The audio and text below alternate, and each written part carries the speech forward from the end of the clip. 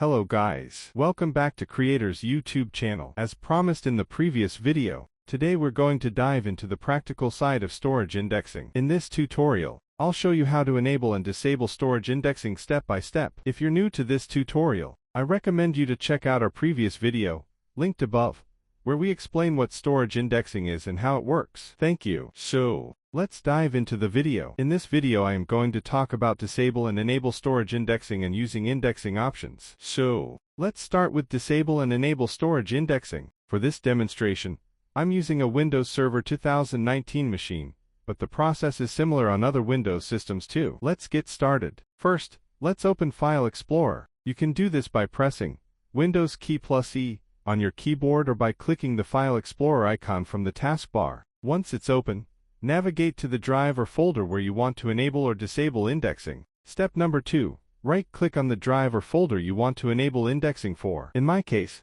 I'll right-click on the C drive and select Properties from the context menu. Step 3. In the General tab, you'll see an option that says, Allow files on this drive to have contents indexed in addition to file properties. By default, this setting has enabled, so you can see a tick on the box. But if you have disabled indexing, the tick on the box cannot see. Then you can check this box to enable indexing. And to disable indexing you can remove the tick from that box. Click Apply and then choose whether you want the changes to apply to this folder only, or to all subfolders and files. I'll select All Subfolders and Files for this example and click OK. This process will take few more minutes, and it depends on your storage capacity. I will pause this video until the process gets finished and let's continue hereafter. So now you can see the indexing has been finished, and the tick on the box is allowing. Now let's move to the topic, using indexing options. If you want to manage indexing for specific locations, or fine-tune the settings, you can use the indexing options tool.